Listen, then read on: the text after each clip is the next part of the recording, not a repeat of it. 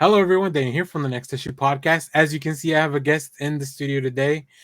David, would you like to introduce yourself for our audience, please? Yeah, my name is David Pepos. I've written books like Savage Avengers, Moon Knight, City of the Dead, which is currently coming out, as well as the new upcoming run on The Punisher, which will be hitting comic book shops everywhere in November, and much, much more. So thanks so much for having me. Of course, very excited to have you on. So I was looking back. I remember the first time I heard something from you was through the I Read Comic Books podcast. They're I think great. you're promoting your Kickstarter, one of your Kickstarters for. Yeah. I think it was maybe the Going to the Chapel was about to come out. Maybe Oh that wasn't yeah, a Kickstarter, but it was about to come out. So my buddy Mike, which now I'm kind of a contributor now of that podcast. So yeah. it was really cool. I was like, okay, this sounds interesting, like the whole premise. Thank So you. I wanna take a little bit of time to talk about some of your indie work because you have an indie book coming out, which we'll talk about in a second. Yeah. That I'm very excited about. But you've written things like Scout's Honor with Aftershock, Spencer and Locke through Action Lab. You have two of those series, Yep. and then DOZ, which was a Kickstarter. Is that Yep. right? Yep. Okay. So why don't you tell? I think is it Spencer and Locke the old one of the That was first my ones? first book. Yeah, Okay. Spencer and Locke was the first book I ever came out with. And for those who haven't read it, it's what if Calvin and Hobbes grew up in Sin City? It's kind of the easy log line for that. And the series is from what I understand, the first trade is actually out of print. Although I do have some copies, so if you find me at a show, happy to sell it. Or I do also have it on my website. And yeah, it was. I had spent a long time kind of on the outskirts of the comics industry. I started as an intern at DC. I worked there during Final Crisis and Batman R.I.P. and the very very beginning of Greg Rucka and J.H. Williams III's Oh, cool. Batwoman. Um, Was this in the New York office then, or? yeah, 1700 Okay. Broadway. Um, Wow. and yeah, they had that amazingly beautiful collage of all the different heroes right outside of the lettering department that I used to walk past all the time, and it was a wonderful experience. But it was also right when the recession hit, so there Mhm. weren't any jobs, to so to speak. I'd kind of missed the last wave of jobs. And so I wound up landing in comics journalism for a long time. I worked as the reviews editor over at Newsarama, and it was really, it was a great way. It was a great boot camp, for me to kind Yeah. of realize like what my sensibilities were creatively, just to really figure out what did I like, what didn't I like, and have to really kind of show my work and articulate that. But the thing is, and I'm sure you may feel this way on your side of the table, is that like it's like being a kid in a candy shop where like statistically speaking, like of course 50% of the candy you're not going to like, Yeah. to Yeah. varying degrees. And so after over a decade of doing that, well, I guess at the time I'd been doing it 7 or 8 years. But I kind of felt like I needed to make a change. Mhm. I grew up reading comics. I love comics. And I was just kind of feeling like I need to change my relationship here. Either I need to walk away and just enjoy comics as a hobby, or I need to do something differently. Yeah. And so I started writing short scripts, just to kind of see if I could do it. And Spencer and Locke was the first full issue that I had written, and I really enjoyed that. And so I wrote a whole outline, and that outline came so fast. I've never had an outline come out that fast since. Um, and I was like, okay, that was fun. And so I reached out. I found an artist, George Santiago Jr., a Yeah. wonderful guy, very talented guy. And he drew some pitch pages, and we got Jason Smith, our colorist, to work his magic on that. And Colin Bell had written for me at Newsarama, and he was starting out as a letterer, so I got him on board. And that was really fun. So I was just like, all right, I'll shop this around just for funsies, just to say like I had the experience. Dave Dwanch, who was then an editor at Action Lab, pulled us out of the slush pile and said, "How soon can you get this book done?" And that's kind of when the reality set in, that I was Cool. going to have to make this book. And I've really kind of been doing that in some capacity ever since. But yeah, Spencer and Locke, that I couldn't have asked for a better first book. There's certain elements that are a little rough around the edges now that I've had a little more experience under me, but I feel like I was finally able to take all that theory that I had cultivated as a reviewer and as somebody who had been reading comics for decades, and really finally put it into practice. And I can say there's no substitute for doing. I always say that uh, almost a decade of being a reviewer was barely enough prep for me to get Yeah. that thing over the finish line. You learn by doing, Hmm. and but that book was so well received. We were optioned around. I think a producer actually gave us paperwork before the first issue came out. Wow. We were nominated for 5 Ringo Awards for that series, um, and that's when I kind of gave myself permission to pursue this as a career. I Yeah. realized, like, oh, people like this, and I was working kind of a soul crushing Hollywood assistant job at the time, and I said, I'm being abused here, and meanwhile, people like IGN really like my book. What am I doing? And so I've been really fortunate enough to be able to kind of pursue this as a career since, and I've just been really fortunate that I've caught some really very fortuitous breaks along the way, and that sort of turned into a nice career. That's very cool. So I want to go back a little bit. You Sure. mentioned during your time at DC, because we have a lot of people that watch the channel and a lot of people that Yeah, just in the community. I feel like everybody at some point thinks about maybe like, can I make a comic book? Right. So we have a lot of people that want to maybe break into the industry. Did you sure. get any advice either indirectly or directly on your during your time at DC? Like, I Yeah, don't know, like from anybody that you still kind of live by that to this day? yeah. There are a few things. First off, just like getting to see how a comic gets put together. Mhm. I think it's much easier to wrap your head around it when you're in the thick of it. When you're a reader, you don't necessarily you might not know the difference between the writer and then the penciler and then the inker and then the colorist and then the letterer, and sort of who how does that get broken down. Before I started at DC, I couldn't tell you. I would know different writers and I might know different pencilers, but like I couldn't tell you who the inker or the letterer or the colorist Right. was. That was something that really got impressed upon me when I was at DC. Uh, And I'm sure as a reviewer, you know that they don't make it easy to find all those details Yeah, sometimes. sometimes it can be really tricky. Um, and I think between my time as an intern and then my time as a reviewer, I got to know that very, very well. I think also, things like um, uh, kind of the most important person on your team is your colorist, which is Yeah. kind of an interesting thing that a lot of people don't know is that, a good comic, the art makes or breaks it. Mhm. And the thing that a lot of people don't know is that your colors will make or break the art. And so especially in my creator owned work, I'm very finicky with the colors, Yeah. because I know that that's gonna make the difference between, is this book gonna look like a B or even a C, Mhm. or is this gonna be like an A+ looking book. um, the other thing that was really important, Mike Martz, who wound up becoming my editor on Scouts Honor and The Devil That Wears My Face, which we'll talk about soon. um, I remember I took a test for I took the editorial test. I was hoping there might be one job open for Okay. me. There wasn't a job open at the time, and I remember being really dejected by that. And Martz was the one who really noticed and was like, "Hey man, I just want you to know nobody walks into the Yankees." And what he meant by that is that he said, especially in the comics industry, you have to kind of work your way up the indies. You start at a small publisher, or maybe even self-publishing, and then you kind of work your way up to the mid-tier, that sort of the farm teams, and then you kind of work your way up to like sort of the bigger names, and Yeah. then eventually you get to kind of play with in the big leagues. And I told Mike this. I saw him at San Diego Comic Con just last month, and I told him that advice is what that I wouldn't have a career without that advice. I would have given up.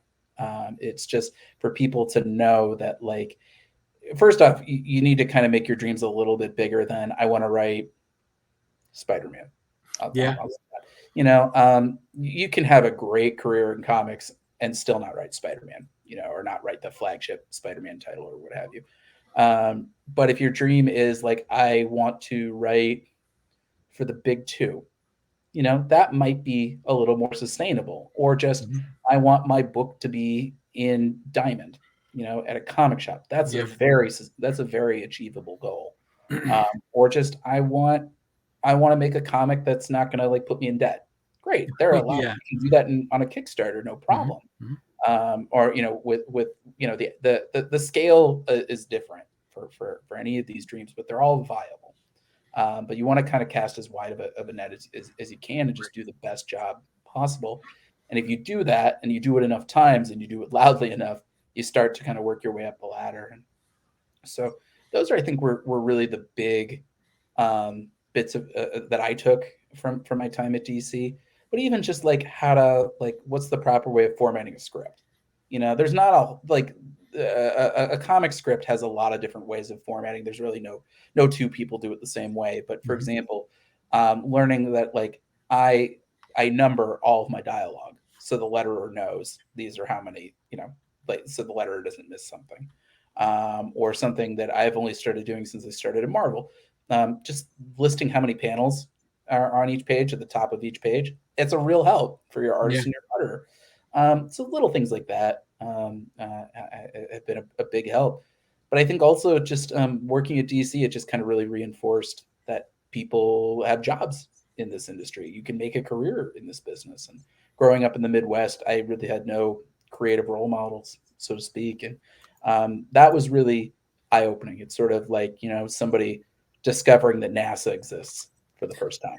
Yeah. Yeah. It really is a turning point for my whole life. So after you do Spencer Unlock, I Hmm. think getting to the chapel, going to the chapels Yeah. next, right? Yeah, that was my very next book, and the quick pitch for that is it was Die Hard at a wedding, um, Yeah. and I wrote that book. I was the best man at a friend's wedding, and the bachelor party in particular. He was based on the East Coast in North Carolina, and I'm based in Los Angeles, and so I was trying to coordinate this guy's bachelor party cross country, and everything that could go wrong did go wrong. Oh no. I wound up getting hit with a kidney stone a couple days before I was supposed to fly out, so I got sidelined, and the Airbnb was trashed. I guess the owners there was some wires crossed, and so their cleaning crew didn't show up.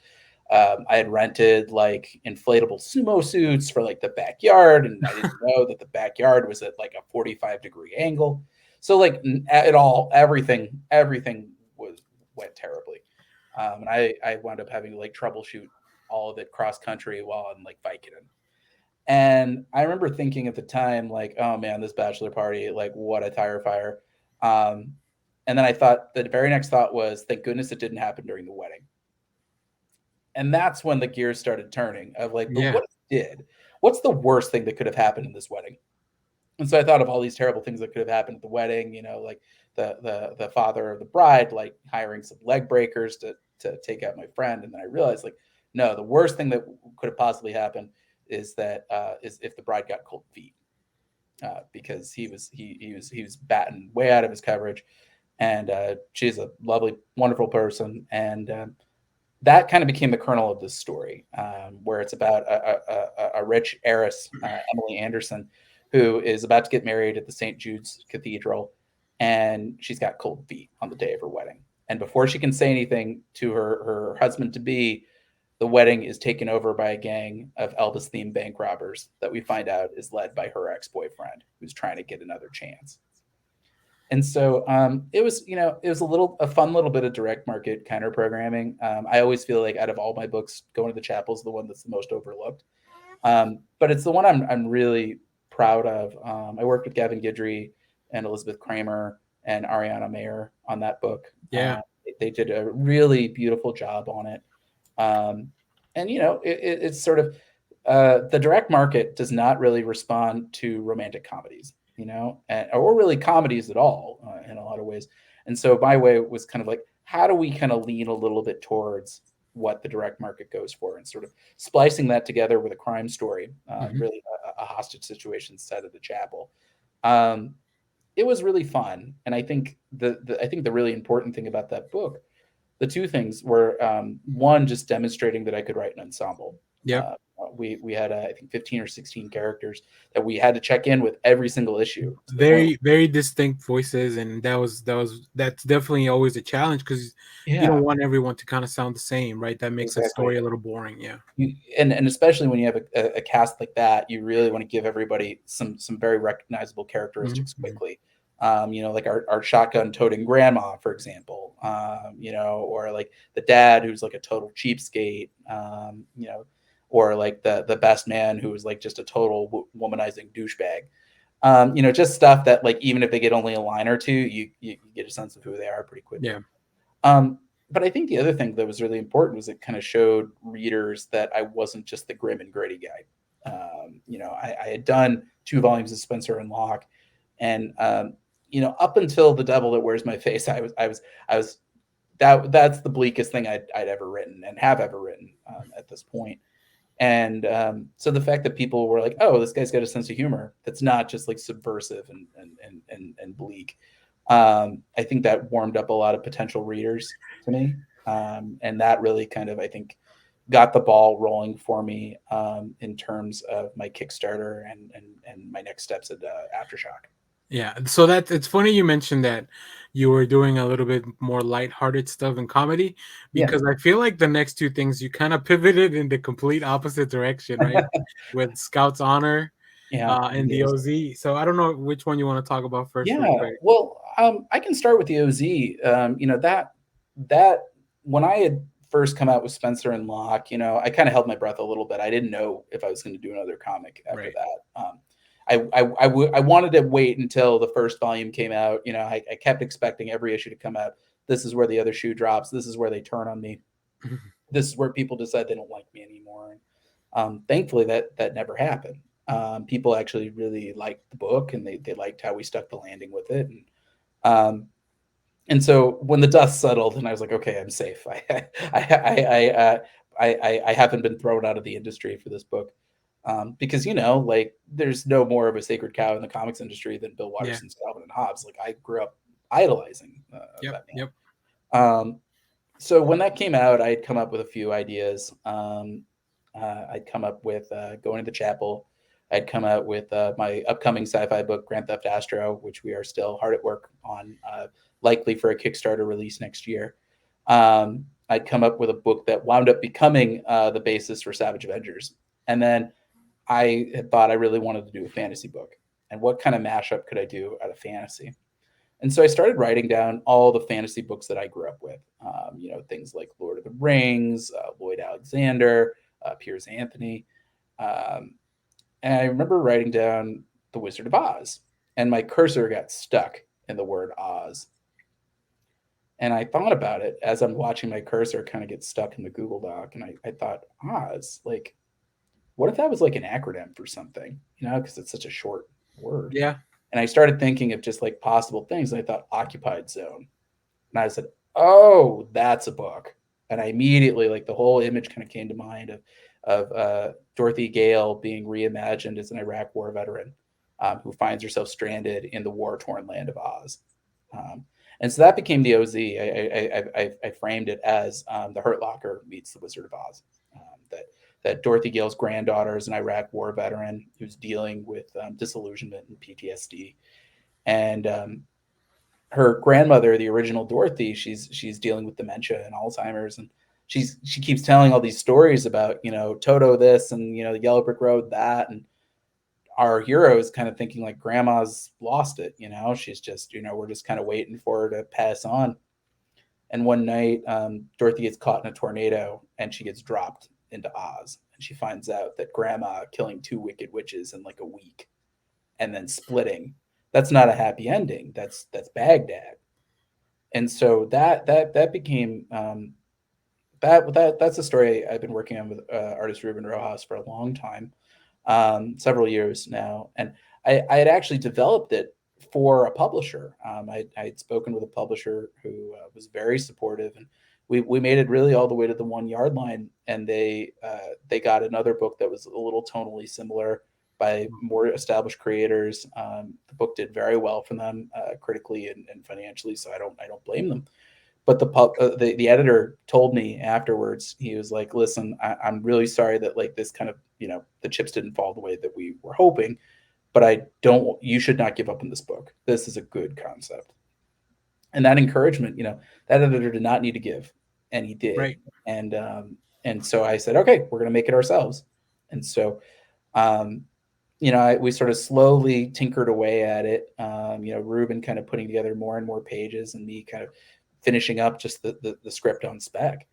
Um, that brought us to around when COVID hit, and suddenly, for anybody who remembers what the comics industry looked like during COVID, Diamond had their shutdown. A Mhm. lot of publishers contracted. Some of them really kind of went into their death spiral. Um, a lot of people were not looking for new books. And so I said, well, I had a lot of friends who had success on Kickstarter, friends like Charlie Stickney from White Ash, Russell Nahelty, Pat Shand, Kat Kalamia, just to name a few. And they had, and Rylan Grant, and David Schrader and Stephen Prince, and all of them had kind of ganged me into saying, like, you should really do a Kickstarter. There's not a ton of overlap with the direct market. There's some, but like it really is kind of a different pool of Mhm. readers. Just the way that some readers only buy their books at cons, and some people only buy their books digitally, and some people only read manga, and some people only read webtoons or Yeah. tablets. And so I sort of the circumstances kind of forced my hand, where I said, okay, I have this book that I feel really excited about that I don't have a home for, and I also want to try this new platform. Let's kind of solve one problem with another. And really kind of introduce myself to the Kickstarter community with what I consider to be my absolute A game. And the book was more successful than I could have possibly imagined. We've done 2 Kickstarters. We are gearing up for a third. Ruben just turned in another page of art today, actually.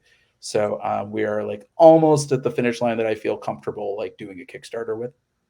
Um, and yeah, we had 2 very successful Kickstarters. We won a Ringo Award for the book, and it kind of feels like the spiritual successor to Spencer and Locke in a lot of ways. We're sort of taking a childhood classic and Yeah. taking a darker twist on it. But I think the thing that's always been important to me is that it's easy to kind of, you can do a dark, edgy thing of anything. You could do like the Sesame Street characters as meth dealers if you wanted. Like it's not that that can get you an issue. For me, it's about like what in the original source material justifies this darker twist. For Spencer and Locke, it was, why does Calvin, as an only child, why is he so vividly imagined his best friend as a stuffed tiger? What if that's not a charming quirk? What if that's a symptom of a darker pathology stemmed from a bleak, abusive home life? And the same thing for the Wizard of Oz. Like I said, you kill 2 wicked witches in a week, and the Wizard of Oz leaves. That's a power vacuum. Yeah. Yeah. That would turn into like open warfare, um, and that's sort of the thread that I followed for that book. But Ruben is just, I think he's a once in a generation talent. He is so talented. I love working with him, and Whitney Kogar is just the perfect colorist, and DC Hopkins, maybe one of the finest letterers I've ever worked with. So it's just a really incredible team, and we've been so fortunate to have just a murderer's row of talent working on Yeah. variant covers and pinups, and so I'm very excited for our readers to kind of get to see the wrap up of our story, either later this year or early next year. That's amazing. That's awesome. I'm glad to hear that because that's definitely something that I definitely like. I know there's more. I want to read it. I want to get back to that world. It's It's been a little coming. while, so it's good to hear. I, I've been chomping at the bit over it, and while I've certainly been busy with my own work, the Yeah. OZ's been long written. I actually was just sending some notes ahead of the last chapter, and I realized that I finished writing this in May of 2020, I believe. Oh So wow. it's been a long time coming, and so Ruben is toiling away at the art. There of course life gets in the way. Yeah. Of course. He's dealt with COVID. He got married.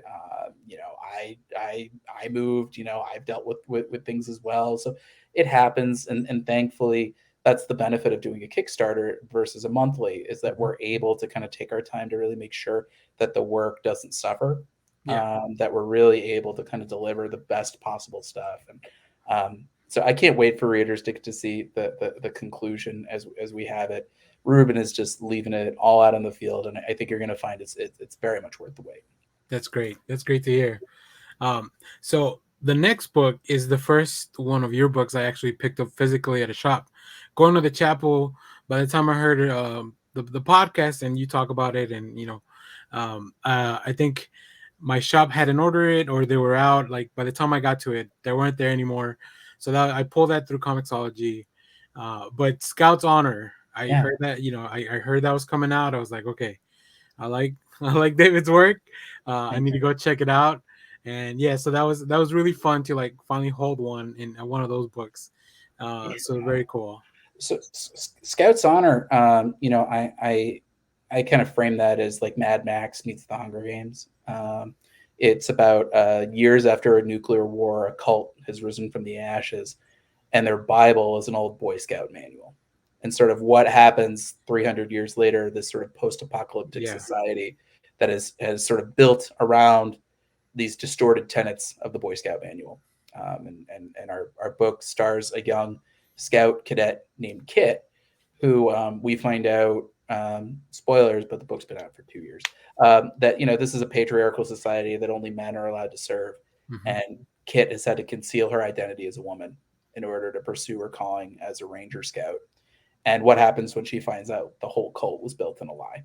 yeah, yeah. Um, And this and that's all in the first issue. So like you're not getting it. Like I'm that's a not minor spoiling too minor much. spoiler. Yeah, Um, Boy, that was such an interesting book to work on, because most of my work has been, up to that point, had been very deliberate. It was sort of me coming up with the concept and me saying like, okay, I'm going to knock on doors until somebody accepts this thing, or I'm just going to make my own platform. And hmm, with Scouts Honor, I had been knocking on Aftershock's door for quite some time.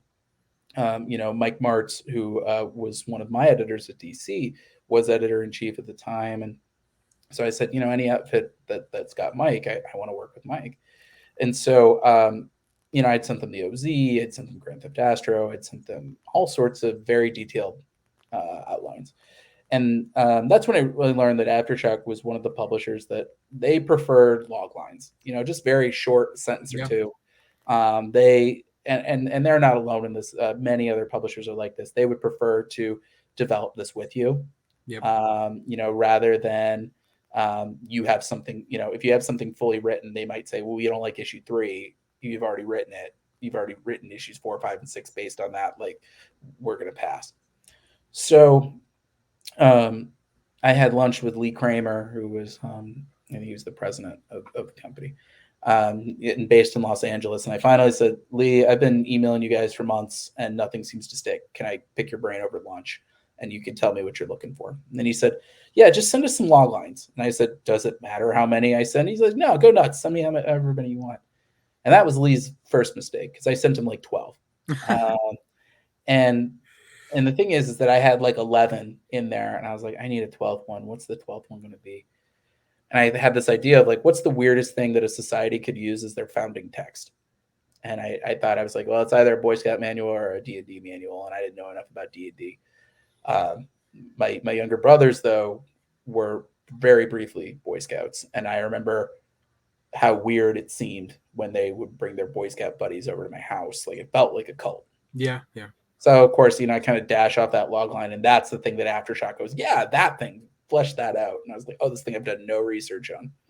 So I quickly gave myself a crash course in like Boy Scout history. I ordered myself a Boy Scout manual. I was highlighting it, and I think it wound up being an interesting kind of spiritual story. I grew up Jewish, but I also grew up in a very conservative household in the Midwest, and it mhm, wasn't until I left home that I kind of had like a real political awakening. right, All these things that I had grown up with, as sort of the I it was almost like a form of well, of religious brainwashing in a way, of being told like, oh, this is the party that's like going to let you do what you feel like doing, and they're not going to try to make laws in your bedroom or your womb, or or anything overreaching. And as we see, that's clearly not the Yeah. case. um and it wasn't until I left home that, like, I had some very patient friends my freshman year of college who were like, you're pro-choice, and I was like, yes. And you're pro-gun control, yes. You're pro having a social safety net, of course. They're like, buddy, your politics are not what you think they are. um, and that kind of became, I think, really the through line of Scouts Honor, is sort of when you're raised in something and then you suddenly, the rug is pulled from underneath you, and you have to Right. really kind of reorient yourself. And I think it also spoke to, I think, a lot of the things that I grew up with, just as a Jewish writer. The I think the coolest thing about Judaism as a religion is it's always on a spectrum. And they say, what they say, two rabbis, three opinions. It's very much it's all literary analysis, which I Yeah. think speaks to me as a former reviewer. And so being able to kind of explore that in through the lens of Scouts Honor. I'll be honest, I was nervous. I was not sure how that book was going to be received. I wrote it. It's weird writing a post-apocalyptic book during a pandemic. Yeah, for sure. I signed the contract. It was right before they shut down Emerald City, right when COVID had kind of hit. We were, yeah, we had a plan to go over there. I had to meet up with a bunch of friends, Yeah. and then that didn't happen. Um, and so writing that during the pandemic was kind of, I bounced between OZ and Scouts Honor. I would write one issue and then I'd write an issue of the other one, and I'd bounce back and forth. And it was a very cathartic way to kind of work through a lot of my fears and anxieties Mhm. during the pandemic. Um, and let me tell you, it was certainly weird for that first issue. Scouts Honor, the first issue came out the day of the January 6th insurrection. Oh yeah. Oh, And thankfully, I knocked on all the doors for publicity well in advance, so all those reviews were locked and loaded. But I remember that being a very weird day, and sort of thinking like, this couldn't feel more timely for like the most uncomfortable of reasons. for sure. Um, Yeah. but that book I really owe a lot to, for the book that I was kind of the least certain about, and the one that I kind of had to really bring together on the fly. Um, that book certainly, it's one of the best reviewed things I've ever worked on, and that's the book that got Marvel's attention. And that was after years of knocking on Tom Brevoort and C.B. Cebulski's doors. That was the book that finally got them to say, "All right, I think this guy's ready, and I think this guy could write for a superhero universe." And that Scouts Honor, it opened up every door that I would walk through, have walked through since. Well, I mean, that's a fantastic segue, so we can continue this conversation. So you've had a lot of I really like what Marvel is doing, putting out a lot of these anthology type of books Sure. where they're short and they have multiple stories. You get to see a lot of, Excuse me. bless you. You get to see a lot of different creative teams kind of work on stuff. And Sure. so today, well, in preparation for this, like I went back and I typed into my Marvel app like your name, like all right, let's Yeah. see, and then all these things kind of come up, and I remember like going back because I read a lot of these things just for the channel and for the review, but sometimes I like names get jumbled because there's so many people working on a book. Right. So I got some highlights. First, I want to talk a little bit about the Electra Black, White, and Blood book because Yeah. the idea of this story that you put together was really fun. Like it doesn't even start off with Electra; it starts off with Natasha Romanoff, right? Uh-huh. So tell me a little bit about your time with Electra. Sure. Well, so it was so interesting because Electra Black, White, and Blood was my first published Marvel credit, but it Mhm. was not the first thing I had worked on over Okay, there. I had Tom Brevoort reached out to me about Savage Avengers, and that was my very first Marvel assignment. And so I what wound up happening was, if I remember correctly, there was some sort of kind of scheduling kerfluffle where somebody who was planning on doing a story in the anthology, wasn't able to make it. okay, Their workload had kind of snuck up on them, and so they needed somebody to kind of write a story fast. And I I had been turning in scripts at a pretty rapid clip for Marvel at that point, and Devin Lewis, my editor on that book, I had worked with his wife Christina Harrington on Scout's Honor. She was one of the editors in that book, and so I like to think that it was Christina that kind of put the bug in Devin's ear and mentioned my name.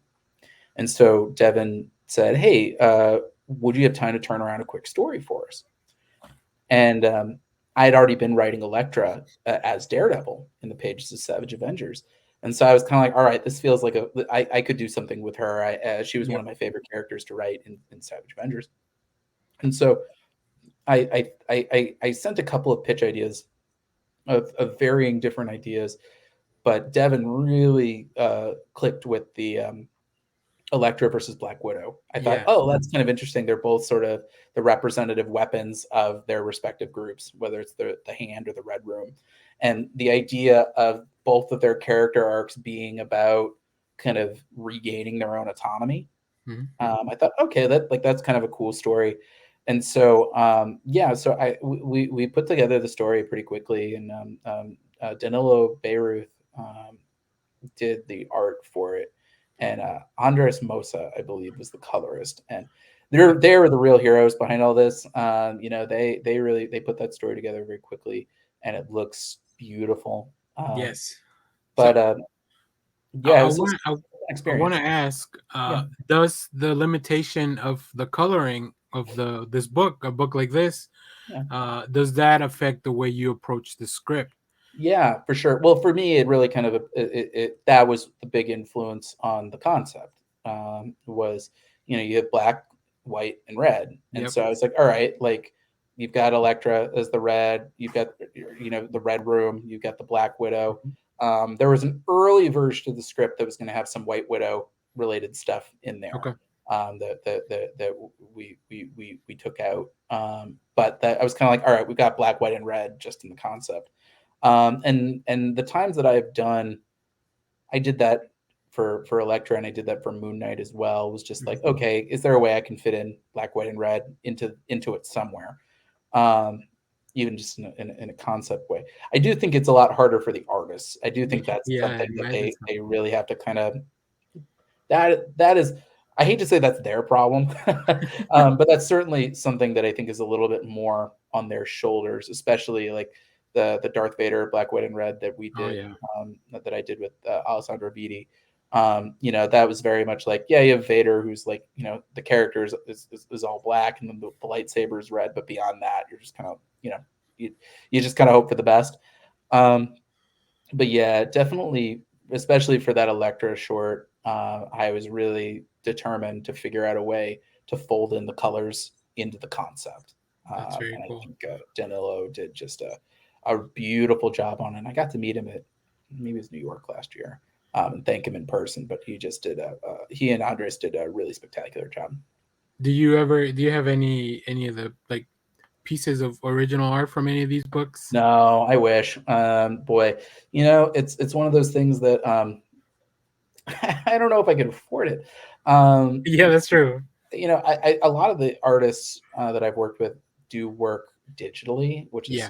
is some of it, and some of it is just I've yet to really like pull the trigger on. I gotta decide. I gotta find a good piece of original Marvel art. I try to buy some art from every other book I've done, but I have yet to do so for my Yeah. Marvel work, and I just gotta. I don't know. Maybe it's just mustering up the nerve, but also I have a very limited wall space in my office, so I That's just kind of true. like, all Yeah. right, I Well, gotta. I want the rest of my apartment to look like adults live here, so I saved my comic stuff just for my office, and listen, I'm this is running what out of adult houses look like now. So, I gotta say just the last thing on Elektra, yeah. what I liked the most about the book was just like the cocky attitude she had, like all throughout the issue. It reminds me a lot of the Frank Miller, like, Yeah, like that was. I'm glad you said that because yeah, Frank Miller's work on Daredevil, The Man Without Fear, that was not only my first introduction to Elektra as a character, mhm, but that was kind of the first time as a kid that I recognized creators. yeah, That I was like, oh, that guy writes different and that guy draws different, and like Mhm. who are they? And it really, like, I think I was 7 or 8 when I got those singles, and that was sort of like, oh, people, like, that's a job. Being a Mhm. comic writer is a job. Being a comic artist is a job. It's not done by committee, like, like maybe like a greeting card might be. Yeah. Um, and so yeah, thinking about, I was I was writing Elektra kind of during her big character arc in Daredevil in Savage Avengers. And so I was thinking, okay, we have to go back to when Natasha was part of the Red Room. And and so this is a very different Elektra. And yeah, Mhm. seeing her as kind Yeah. of that wild, that more wild assassin who's more prone to kind of throwing out these kind of great little aggressive turns of phrase. It sort of felt a little like Moon Knight in a way. Yeah, it was a lot of fun to write. I had a blast. Very cool. So before we get to the Moon Knight, because I do want to talk Moon Knight, just real quick touch on Yeah. the Vader issue. Uh, when I was reading that and rereading it for this, like I got a lot of alien Yeah. vibes out of it. Hmm. And I was like, oh man, I kind of look, I love what Declan Shelby's doing on the Alien series, but I'm like, maybe David should do an Alien series too. That's that's Or, that's kind of you to say. Yeah, my thinking, especially for Vader, um, Mark Panacea and Danny Kasem and Mikey Basso, my editors in the book, they reached out to me. It was around the holidays last year, and they said, we're doing this anthology, and it's for Darth Vader, and I was like, I couldn't believe it. I just that's such he is the villain, the iconic villain. And I was just like, I had never thought I'd have an opportunity to write anything Star Wars. And I just thought, oh, if I only have one shot, if I only have 12 pages to write Darth Vader, like, what's the craziest thing I can do? And I was like, Darth Vader versus Xenomorphs. Can we do Darth Vader versus Xenomorphs? And so, as I talked with my editors, we kind of figured out how do we do like the legally distinct version of all that. yeah, I'm talking with the licensors over at Lucasfilm, and yeah, I couldn't believe they let me get away with it. There were certainly some adjustments that we made well within licensors' rights of just like how do we kind of get the gist of this story across without it being like so over the top gory that like it no longer fits like the tone of the rest of Star Wars. yeah. um, so I was really happy with what Alessandro and I came up with. But yeah, it was just like, if Darth Vader gets like gets infected by a xenomorph and he uses like the dark side of the Force to burn it off, that rules. That's the most metal thing I've ever written. Um, and yeah, I still can't believe I got away with it. Yeah. And it was just such a fun book and a real honor to be a part of that. And I really have to thank Mark and Danny and especially Mikey, who really spearheaded that whole project, and the licensors at Lucasfilm. Yeah, it was uh, an immense honor, and it's sort of one of those like you do a project like that, and you're kind of like, boy, what else do I have to like look forward to, Mhm. in my life? Um, just a real honor to be able to contribute in even a small way. Those are great things to add to your resume. I was looking, like I said, getting ready for all this, looking at just all the characters you got to work on. Uh, I will say I'm gonna give Marvel a freebie. They should do an Alien book like this, Alien, Black, White, and Blood. But then obviously it's green instead of the red because That's fun. the blood is different. So That's fun. yeah. I who knows? I mean, I don't know. I am not privy to anything going on in the 20th Century Studios line of things. From what I understand, they're fairly new. Mhm. But yeah, I mean, never say never. I mean, I think Yeah. if it takes off the way that Star Wars has, It, it sounds like a good idea to me. it is fun to see the 20th Century Studios logo on the top of your comic book. When you pick up, I think Planet of the Apes has it, and then the Aliens book have it. Like, that's just like it's weird. It's weird Yeah, that it's it's all on fun. the same thing. All right. I do want to get to Moon Knight, but there's a few more characters. Yeah, So sure. let's talk Fantastic Four real quick because you got to Oh do the yeah, Judgment Day tie-ins, and yeah, the thing that really got me about that story was the name of it, the digging of the Baxter Building, 1, 2, 3, 4. I I'm a big fan of that movie. Unfortunately, for a lot of movie people, not the original, but the remake from yeah, the early 2000s, yeah. the Taking of the Pelham, There's nothing wrong with it. 1, 2, 3, and how did that one come about? Because it's a really cool story. It's very Sue centric, which is great. I kind of really enjoyed that Reed was kind of locked away. Yeah. So So yeah, so I've been working with Tom Brevoort pretty much. I've worked with Tom the majority of my Marvel career.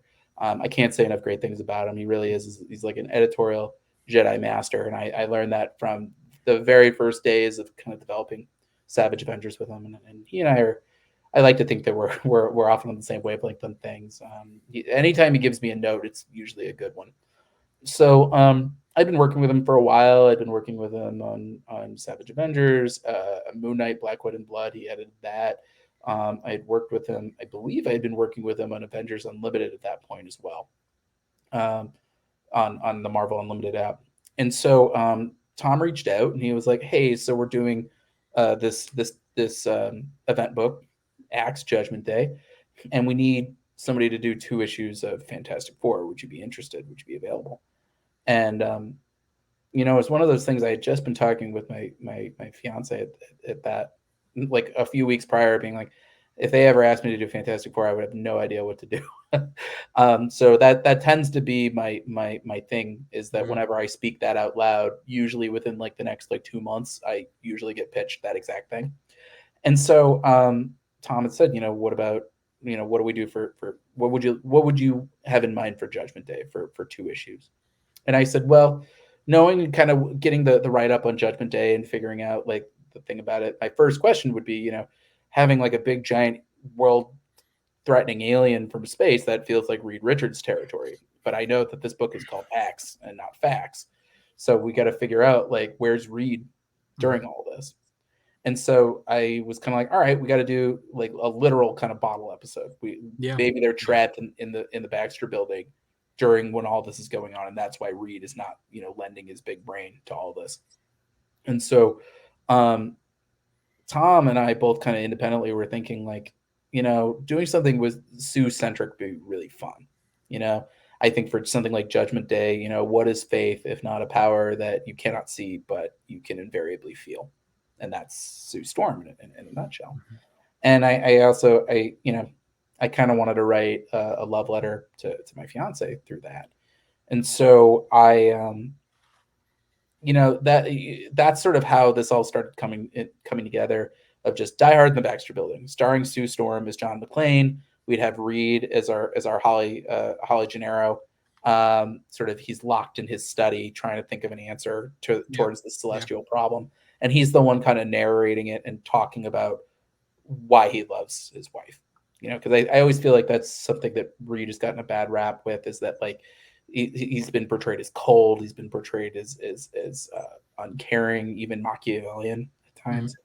And I see it as, he may speak the language of math and cosmology and the stars, but this is a man whose greatest superpower is that he loves his wife. And so that really became the spine of that two-parter. And then we'd have, um, you know, Ben Grimm as Argyle, and Johnny Storm as our police officer outside trying to Yeah, desperately get in. And yeah, I think the last piece of the puzzle was figuring out the villain. I threw a lot of ideas out, and for various reasons they wouldn't work. I threw out Modoc, for example, and Modoc was doing things over the X-Men line, and yeah, I talked about the Intelligentsia, and we were like, I don't know if the Intelligentsia can fit in the space allotted, and the leader had just kind of gotten defeated over an Immortal Hulk. Um, and it was Tom who threw out Weebly at Midas from Marvel Boy. And as soon as he said it, I was like, I have the whole story. Say no more. It's done. I loved it was such a smart idea, because Weebly really is kind of the other side of the coin for Sue yeah, Storm. Sue is somebody who's empowered by her relationships, who fights for her family and is strengthened by it. mhm. Whereas Weebly is somebody who has been tormented by her father, the mad supervillain scientist, Dr. Midas. And she's sort of trying to continue his name, but also feels, invariably pulled down by it. And what does that mean? And so pitting Sue and Weebly against each other, it felt like such a nice and natural counterpoint. And really kind of each of them, I think, has a very core message about what family means to them. And Yeah. I was able to really draw from personal experience within my own family for all that. Um, and that was kind of, I think, a big core part of that Fantastic Four book. And it continues to be, my fiance tells me it's her favorite thing I've ever written, Oh, um, that's great. which is good because I wrote it about her. But yeah, just being able to contribute to Marvel's very first team, Yeah. uh, Yeah. is, I keep saying the word honor, but that's really, that's how I feel. Is That's what's so cool about getting to write for a place like Marvel. Is yes, it's the characters that I grew up with, and it's the characters that I have so much affection for, and I've had affection for my whole life. But it's also being able to contribute to something so much larger than yourself, and being able to contribute to this mythology that connects so many people from so many different walks of life, um, and knowing that 10 years from now, maybe somebody picks up the Axe Judgment Day omnibus, or the companion trade, Yeah. and reads that book and feels something out of that. That's a really cool job, and one that I don't take lightly. And I think that Fantastic Four book, I think, really kind of um, made me realize, like, the scale of the sandbox that I'd been Mm. allowed to play in. That's so cool. Now, I'm glad you said Oubliette's name multiple times because I didn't know how to pronounce that. Uh, I did I got the pronunciation on Google. Great. Yes, I had to figure it out because for the life of me, I could not spell her name right in Yeah. the scripts, and I And had to. then her alias of Exterminatrix is not that much different. Like Yeah, that's still yeah, pretty tough to say. Um, last question on that is: yeah. did you get to choose if they passed or not, or was that something that was already Yeah, no, they let predetermined? me, they let, as far as I'm aware, they let us all choose. They certainly let me choose. Okay. And yeah, sort of the way that I kind of framed it was sort of as a collective judgment, for the team, Yeah. because we only had limited space, and uh, I was writing these. I think we were all writing them simultaneously, so it's not like I could even look at like a bunch of other people's scripts and figure out, like, how are you guys doing it. At that time, I was still, I think, I was fairly siloed off. I Mhm. didn't know everybody else in the Marvel offices, so I wasn't in a position to like really compare notes. But also, I think it just felt elegant that it was kind of, yes, the Judgment Day is the backdrop of all of this, and this is something that we're sort of exploring. Are Mhm. these characters worthy? But I think ultimately the readers know that. The readers should know that the characters are worthy, and so the Celestials' judgment is almost an afterthought. Yeah.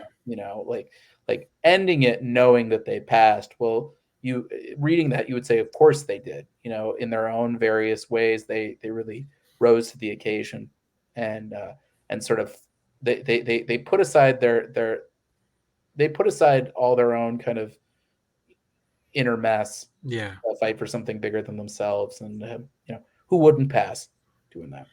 I don't know. If it was Reed by himself, I might have my doubts, but but all of them together for sure. I mean, it was pretty surprising which characters passed and didn't during Judgment Day. I will say that. Yeah. So very interesting.